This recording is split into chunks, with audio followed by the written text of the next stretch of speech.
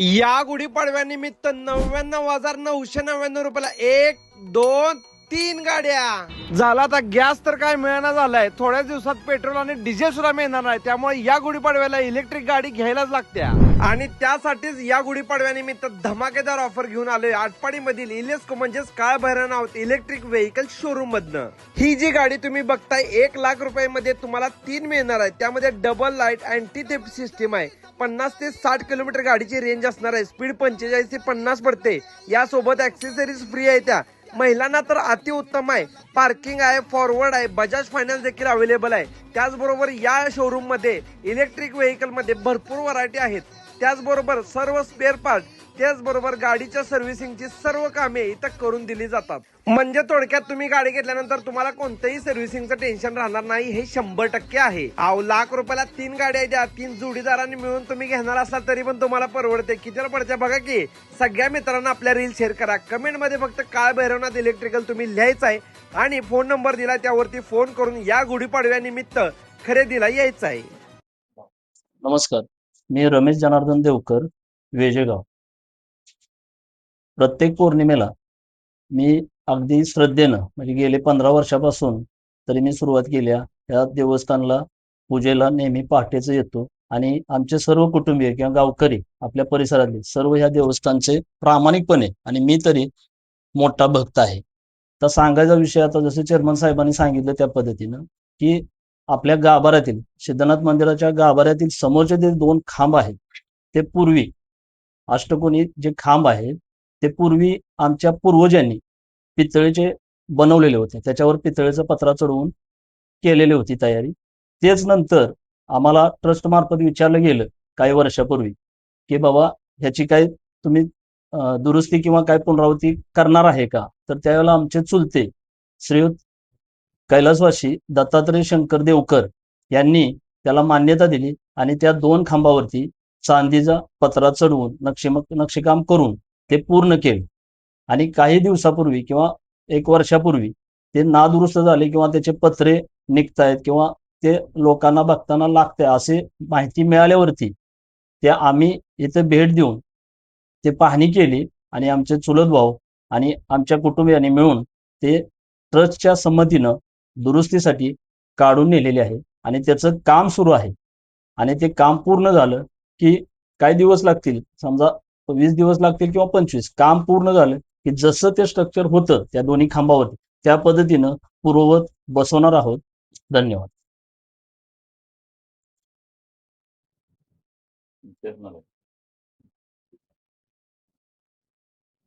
आजच्या पत्रकार परिषदेचं काय आहे?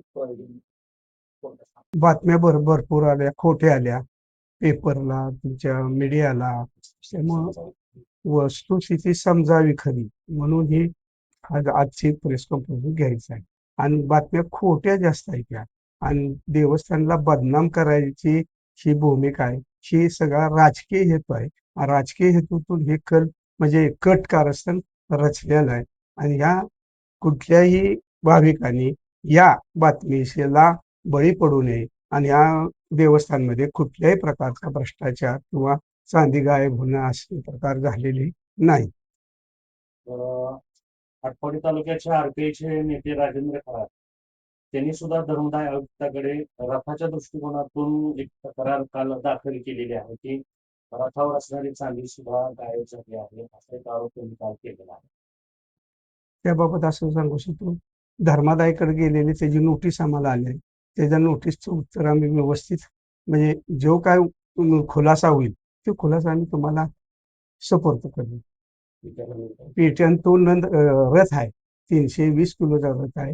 पीटीआरला नोंद आहे, त्याचा ऑडिट करून दिलेलं आहे आणि रथ कमिटी वेगळी आहे. त्या रथ कमिटीने तयार करून देवस्थानला सपोर्ट केलेला. जेव्हा ते काम सुरू झालं रथाचं ना, तेव्हा ती स्वतंत्र कमिटी नेमली होती. जेव्हा एखादं काम मोठ्या स्वरूपात असतं, ज्याची कॉस्टिंग जास्त आहे, अशा कामाला आम्हाला देवस्थानानुसार परवानगी नाही करायची. त्याला स्वतंत्र कमिटी नेमावी लागते, असा धर्माचे नियम आहेत. कमिटी नेमली, त्यात वेजेगावचे पण चेअरमन होते, बरोबर आता हे काय नाव त्याचं लक्ष म्हणतात ते त्याचे चेअरमन होते आणि काही भाविक पण त्यामध्ये होते. अशा कमिटीने ते स्वतंत्र काम केलं.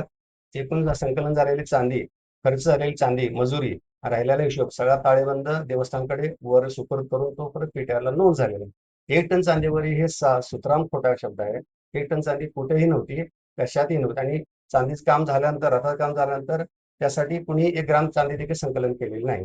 तसे कोणाकडे पुरावा असेल तर आमच्याकडे द्यावा तुम्ही. बाबत जर म्हणला तर अष्टकोनी खांबावर चांदीची घेऊन गेलेली होती. हम्म.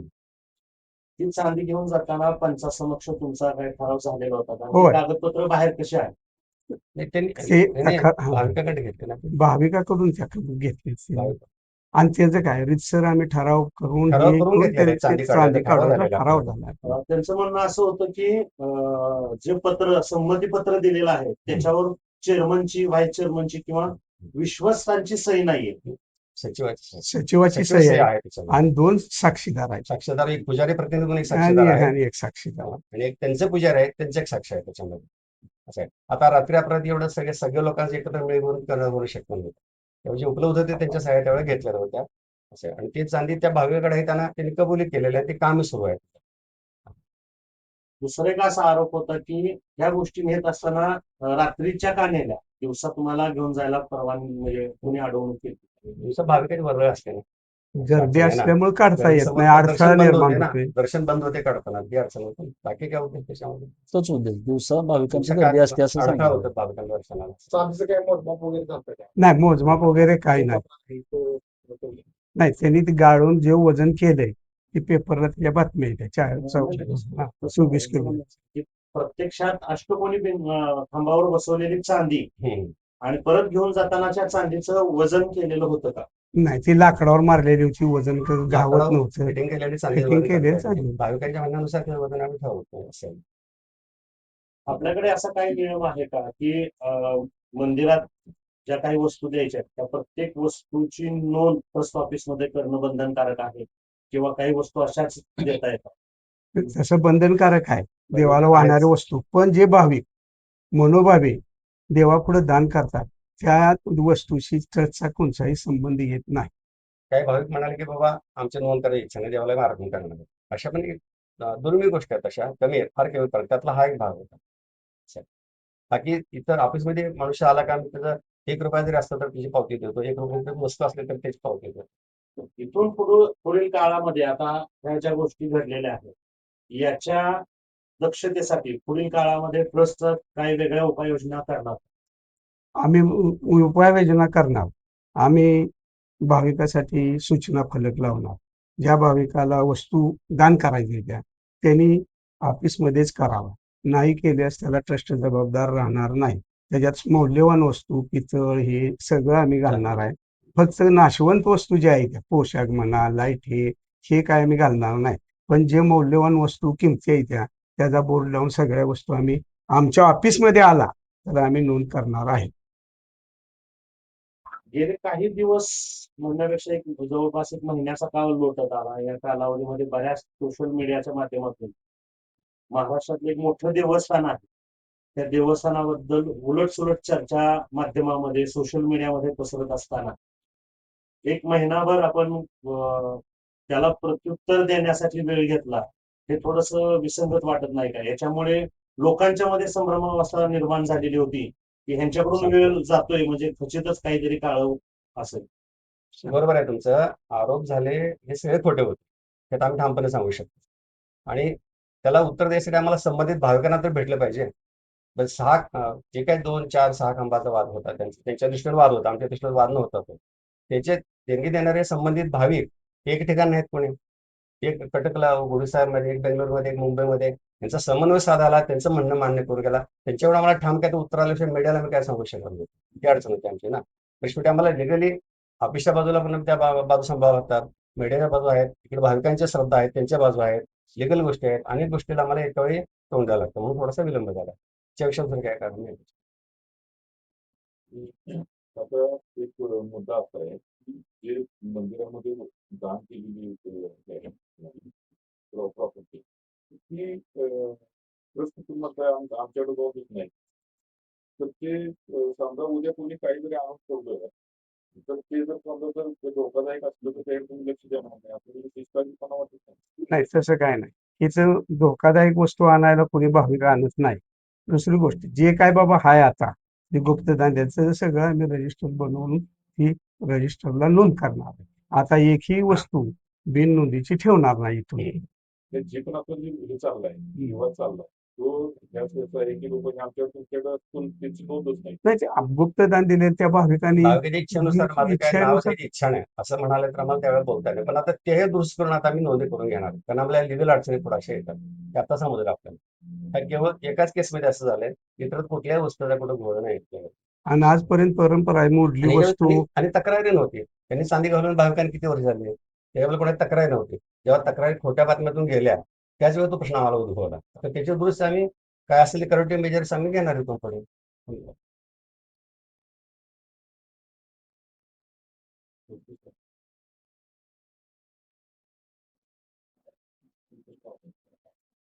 आपल्यावर झालेला जे आरोप आहे शेतकऱ्यांचे आणि पत्रकार परिषदेच्या माध्यमातून आपल्यावर देवस्थानने आपण त्याचे प्रमुख म्हणून आपण ते फेटाळलेले आहे. पण उद्या भविष्यामध्ये समजा काय कायदेशीर लढाईसाठी आपण सज्ज आहात. हो होय आहे. नक्की. कोर्टात तुम्हाला काय अडचण म्हणजे नाही. कोणत्याही न्यायालयात गेले तर आम्ही आमची बाजू मांडायला समर्थ आहे. मांडायला काहीच अडचण नाही. समर्थन खोट्या करायला अफवांना उत्तर देण्यापेक्षा ते चांगलं. ते चांगलं आम्हाला ठाम म्हणजे अफवा तर थांबतील. अफवा थांबतील. ही लोकांनी अफवा गैरसमज- थांबवायचं मुश्किल आहे. गैरसमज पण एकदा कोर्टात गेलं तर म्हणजे शिक्का- त्याला पुराव्यानिशीच बोलावं लागतंय. आम्हाला जे आहे ते आरोपाचं पुरावं ते आम्ही सादर करू शकतो. उद्या एक टन चांदीचा विषय कोर्टामध्ये उद्भवला तर आम्ही आमच्या रेकॉर्डला जे आहे ते 300 टनाचा चांदीचा आम्ही पुरावा देऊ शकतो. 320 याचा अर्थ ती खोटी म्हणजे तिथंच शिक्कामोर्तब झाल्यानंतर आम्हालाही अडचण नाही ना, उलट क्लीन चिट झाली ना आम्हाला थोडक्यात असा विषय आहे. आणि आम्हाला 320 किलो चांदी गोळा करायला 8 वर्षे लागली. हम्म. आणि आम्ही ती 12 साली रद्द केला. आणि 1 टन चांदी गोळा करायला त्या मानाने किती दिवस त्या रथावर बसू पण ती बी शकत आणि नाही. फिरून हं. काय आमची वयोवृद्ध माणसं फिरली, काही इकडे तिकडे गेली, त्या अनुषंगानं आम्हाला 300 किलो चांदी गोळा करायला 8 ते 9 वर्षे लागली. मग हे 1000 किलो गोळा करायला किती वर्ष लागतील तुम्हीच बघा. म्हणजे हा धांदात खोटा आरोप आहे का नाही. भविष्यामध्ये भाविकांना तुम्ही आव्हान काय करा?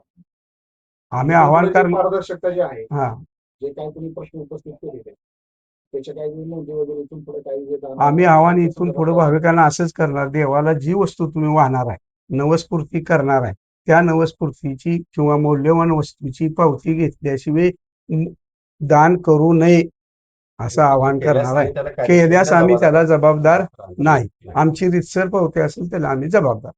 आणि इथून पुढे काय कोणी कायदेशीर काही भूमिका जर घेतली हम्म. तर ते लढण्यासाठी जे देवस्थान आहे ते सक्षम आहे. हाय की डेफिनेट नंबर काय माहिती आजपर्यंत आमचं ऑडिट पूर्ण आहे, रथाचं ऑडिट पूर्ण आहे. आणि दर वर्षी आम्ही आमचं जे जमा खर्च आहे ते आम्ही धर्मादायाला सादर करतो. त्यांच्याकडून काही क्युरी नाही आतापर्यंत. आतापर्यंत काही सुद्धा नाही करू. तिच्या आणि मार्गदर्शक कोणताही आरोप तत्वानुसार नाही. आम्ही guideline असं काम- गावातली सुद्धा एक आहे ती, त्यांनी बरेचसेच अर्ज केले ती, पण एकाच सुद्धा आम्ही त्याला गाव म्हणजे दोषी ठरलेलो नाही.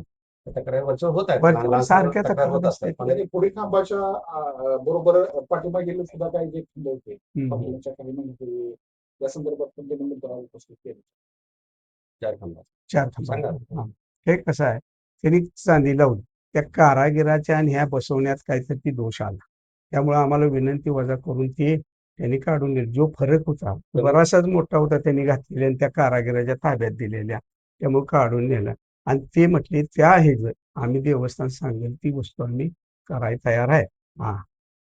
नव्यानं बनवायची नव्यानं बनवायची ते इच्छा कारागिरांना फसवणूक केल्यामध्ये आम्ही काम थांबवलं. थांबवली. हे असं ग्रुपचंच काम आहे केल्या चौघांचं. चौघांचं. त्याचे एकमत तुम्ही त्यावरती अर्पण करतो. त्यावरती केली हरकत नाही, केलं तर हरकत नाही, नाही केलं तर हरकत नाही. आमची त्यावर तक्रार हम्म.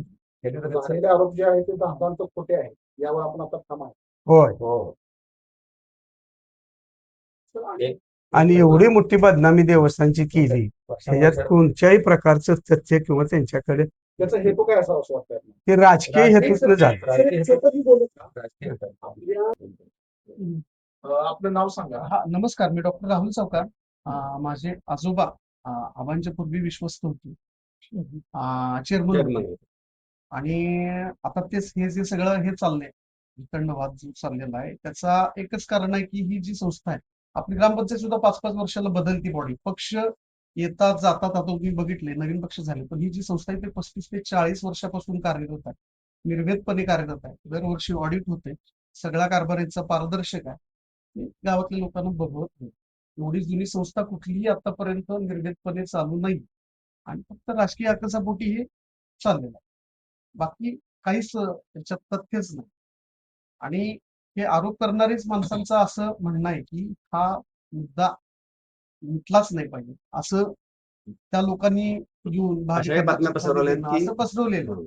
अतिशय विश्वसनीय संस्था आहे आणि त्यालाच गालबोट लावलं जातं. जी संस्था आधीच ही असती, बदनाम असती, तिला बदनाम करण्यात काही पॉईंट वाटतच नाही. ही अतिशय विश्वसनीय संस्था आहे. 35 ते 40 वर्षाचा इतिहास आहे. त्यासाठी ते डागाळण्याचा सगळ्यांचा प्रयत्न. बातम्याच्या मनामध्ये एक वादळ उठलंय ह्यापूर्वी उठलं होतं, ह्या आधी सुद्धा हे झालेलं, ह्या आधी सुद्धा उठलं होतं आणि ते संपलेलं, कारण त्याच्यात काही तथ्य नाही ते त्यांना कळलेलंच. एवढा फक्त विषय जरा मोठा मिळालाय एवढाच मुद्दा. राजकारणाचा विषय मिळाल्यामुळे